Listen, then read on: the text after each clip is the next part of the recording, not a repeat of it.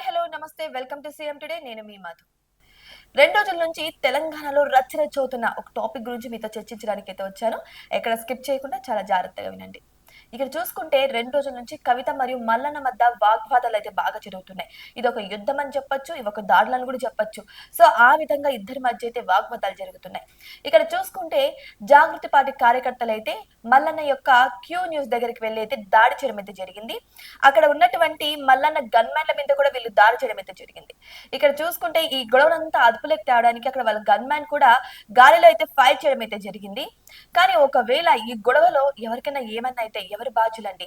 వీళ్ళు వెళ్తున్నారు, దందా చేస్తున్నారు, రౌడీజం చేస్తున్నారు, ఓకే బానే ఉంది. అక్కడ సామాన్య ప్రజలకు ఇబ్బంది అయితే ఎవరు బాధ్యులు? పొరపాటున ఆ గన్ను దాడి వల్ల ఆయన ఆయన ఎలాగో గాల్లోనే కాల్చారు. సో ఆ కాల్చడం ఏంటి, ఈయన తోసేయడం వల్ల లేకపోతే ఏదైనా జరగడం వల్ల పొరపాటున ఒక మనిషికే పడింది అనుకోండి బుల్లెట్, ఎవరు బాధ్యులు? సో ఇదంతా చూసుకుంటే అసలు గొడవ ఎందుకు స్టార్ట్ అయిందో తెలుసుకుందాం. ఇక్కడ చూసుకుంటే గొడవ అనేది మీడియా ముందరైతే మల్లన్న కొన్ని వ్యాఖ్యలు అయితే చేశారు కవిత గురించి. ఏంటి, ఇంతవరకు గుర్తురాని బీసీ వర్గం ఇప్పుడు నీకు గుర్తొచ్చిందా? సో బీసీలకు కాంగ్రెస్ ప్రభుత్వం రిజర్వేషన్లు ఇస్తే నీకెందుకంత సంతోషం, ఎందుకంత పండగ చేసుకుంటున్నావు? మరి బీసీ వాళ్ళతో నువ్వు కంచం పంచుకున్నావా, మంచం పంచుకున్నావా అనే రీతిలో అయితే వ్యాఖ్యానించారు. ఈ మాటలన్నీ కూడా కొన్ని రీజన్స్ అయితే ఉన్నాయి. ఏంటి అంటే, ఇంతవరకు కనీసం బీసీల మీద కానీ బీసీల రిజర్వేషన్ల మీద కానీ పోటీ కానీ కనీసం కొంచెం కూడా ఒక స్టెప్ ముందుకు తీసుకొని కవిత అప్పుడు ఉన్నట్టుండి ఎప్పుడైతే బీఆర్ఎస్ ప్రభుత్వం నుంచి సపరేట్ అయిపోయిందో, జాగృతిగా మారిపోయిందో అప్పటి నుంచి బీసీల వెనకబడుతుంది కవిత. సో ఇప్పటివరకు గుర్తురాని బీసీలు, ఎప్పుడైతే ఈ మద్యం కేసులో జైలుకు వెళ్ళక ముందు గుర్తుకు రాని బీసీలు ఇప్పుడైతే గుర్తుకొస్తున్నాయి. అంటే బీఆర్ఎస్ నుంచి బయటకు వచ్చినాక అంటే బీసీ యొక్క నినాదంతో నువ్వు జాగృతిని లేపాలని చూస్తున్నావు, జాగృతి పార్టీని అభివృద్ధి చేయాలని చూస్తున్నావు. సో అందుకోసమే కదా బీసీలు కావాల్సి వచ్చిండ్రు. ఇప్పటి వరకు బీసీలు కాకుండా మా అన్న మా నాన్న అనుకుంటూ కూర్చున్న కవిత ఉన్నట్టుండి బీసీల రిజర్వేషన్ కోసం ఎందుకు ఇంత ఉత్సుకత చూపిస్తుంది? అసలు ఇదంతా చూస్తుంటే ఇదంతా ఏదో పెద్ద ప్లాన్ లెక్కే ఉందని అర్థమైనట్టుంది మల్లన్నకి. సో ఆ విధంగానే అన్నట్టున్నారు, బీసీలకు రిజర్వేషన్స్ వస్తే ఇంత యాక్టివిటీ ఎందుకు చూపిస్తున్నారు అన్న రీతిలో అయితే మాట్లాడారు మల్లన్న. సో అది మాట్లాడారు, దాన్ని ఘాటుగా విమర్శించాలి.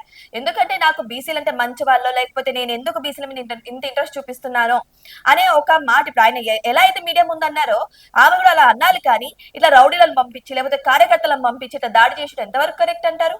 సో దీన్ని చూసుకుంటే ఇది నిజంగా ఒక రౌడీ రాజకీయం అనే చెప్పొచ్చు. ఇక చూస్తే అసలు జాగృతి ఎందుకు పెట్టాల్సి వచ్చింది? ఎప్పుడైతే మద్యం కేసులో అరెస్ట్ అయిన తర్వాత జైలుకి వెళ్ళొచ్చిన తర్వాత ఇటు అన్న గాని ఇటు నాన్న గాని సరిగా పట్టించుకోవడం లేదు. ఆమెకు పార్టీలో సరైన వాల్యూ ఇవ్వడం లేదు. ఎందుకు ఇవ్వట్లేదు? మనం చేసే గణకలలు అట్లుంటాయి కాబట్టి అందుకే ఇవ్వట్లేదు అనమాట. ఇక జైలు నుంచి వచ్చిన తర్వాత ఏ ఒక్క రోజైనా బీఆర్ఎస్ కండవ గాని టీఆర్ఎస్ కండవ గాని వేసుకొని మీడియా సమక్షంలో మాట్లాడిన రోజులున్నాయా, నిమిషాలు ఉన్నాయా కనీసం?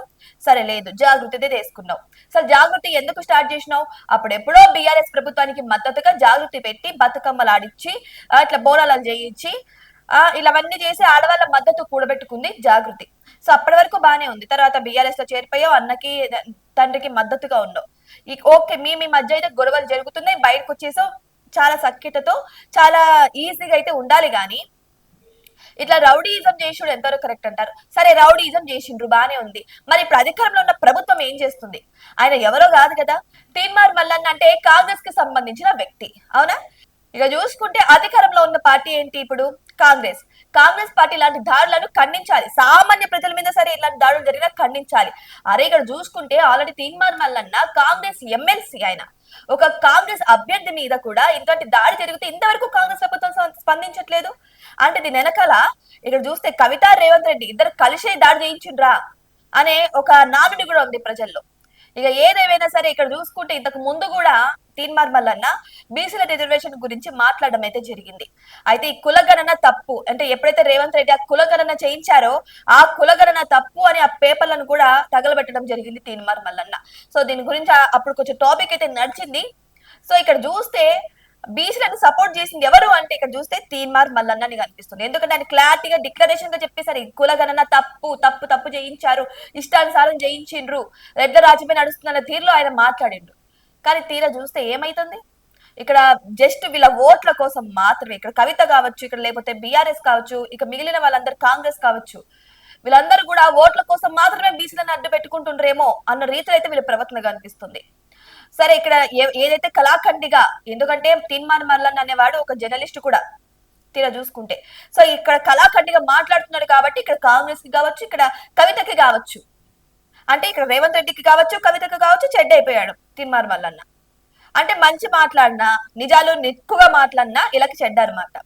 సో అందుకోసం ఇక్కడ ఏమో, ఎందుకంటే ఇప్పటి వరకు తీన్మార్ మల్లన్ మీద దాడి జరిగినా కూడా స్పందించని కాంగ్రెస్ ప్రభుత్వం ఎందుకు అనంటే కవిత రేవంత్ రెడ్డి కలిసే దాడి చేయించారేమో అన్న కొన్ని వ్యాఖ్యలు కూడా ఉన్నాయి. లేకపోతే ఇప్పుడు కాంగ్రెస్ ప్రభుత్వం పర్సెంటేజ్ పెడితే, బీసీలకు రిజర్వేషన్లు పెడితే కవిత ఎందుకు అంత ఉత్సాహంగా ఉంది, ఎందుకు పండగ చేసుకోవాలి కదా. సో ఇక్కడ చూస్తుంటే వీళ్ళిద్దరు ఒకటైపోయారా అన్న తీరు కూడా కనిపిస్తుంది. సో ఇదే కాదు, ఇప్పుడు కవిత ఇంకొక ప్లాన్ చేస్తుందేమో అని కూడా కొన్ని మాటలు అయితే వినిపిస్తున్నాయి. ఏంటి, ఇక్కడ కాంగ్రెస్ తో ఇటు బీజేపీతో కూడా రెండు మూడు కుమ్మక్కైపోయి ఇక జాగృతి పార్టీని పైకి లేపాలన్న నానుడితో కూడా ఉన్నట్టు కనిపిస్తుంది. అంటే ఇక్కడ తండ్రి మీద, అంటే తండ్రి నా రాజకీయ నాయకుడు, తండ్రి నా దేవుడు, నా నాయకుడు కేవలం కేసీఆర్ అని చెప్పుకుంటుంది. అంటే ఇంకా నెక్స్ట్ సీఎం పదవి ఎవరికి వస్తుంది, అంటే నెక్స్ట్ అక్కడ అధ్యక్ష పదవి ఎవరికి వస్తుంది, బీఆర్ఎస్ కి, వాళ్ళ అన్నకి. సో అన్న మీద కక్ష తీసుకోవడానికి, ఈమె పార్టీని డెవలప్ చేసుకోవడానికి వీళ్ళిద్దరితో చేయగలిపిందేమో అన్న అనుమానాలు కూడా బాగానే వస్తున్నాయి. ఇక నిజంగానే అంత సాధ్యమైపోతుందా బీఆర్ఎస్ ప్రభుత్వాన్ని అనకదొక్కుడు? సరే చూద్దాం, మరి వెయిట్ చేసి అయితే చూద్దాం. నేనైతే ఒకటే మాట అనుకుంటున్నా, ఎవరైతే నిఖండిగా, ఎవరైతే నికాసుగా మాట్లాడతారో వాళ్ళ మీదే దాడులు జరుగుతున్నాయి. మరి ఒకవేళ ఇప్పుడు కాంగ్రెస్ ప్రభుత్వం నిజంగానే తప్పు చేయలేదు, ఆ కవితతో చేయి కలపలేదు అని అనుకుందాం, మరి రియాక్ట్ అవ్వాలి కదా. ఇప్పుడు వాళ్ళ ఎమ్మెల్సీ, వాళ్ళ పార్టీ ఎమ్మెల్సీ మీద ఇంత దాడి జరిగితే రియాక్ట్ అవ్వాలి. ఒక కార్యకర్త మీద దాడి జరిగితేనే ఏ గవర్నమెంట్ అయినా సరే, అధికారంలో ఉన్ని లేకపోని ఏదైనా సరే ఒక పార్టీ ఫుల్ రియాక్ట్ అవుతుందండి, డెఫినెట్లీ రియాక్ట్ అవుతుంది. ఆల్రెడీ దాడి జరిగింది, ఇద్దరు ఒకరి మీద ఒకరు కేసులు కూడా పెట్టుకున్నారు. కేసులు పెట్టుకున్నా కూడా ఇంతవరకు రియాక్ట్ అవ్వట్లేదు అంటే అర్థం ఏంటి? సో ఈ అనుమానాలన్నీ, ఈ క్వశ్చన్స్ అన్ని కూడా మీ మీద వదిలేస్తున్నా. నిజంగా నేను చెప్పింది కరెక్టే అంటారా, లేకపోతే మీ అభిప్రాయాన్ని కూడా మాతో పంచుకోండి. ఇటువంటి మరిన్ని అప్డేట్స్ కోసం మా ఛానల్ ని సబ్స్క్రైబ్ చేసుకోండి.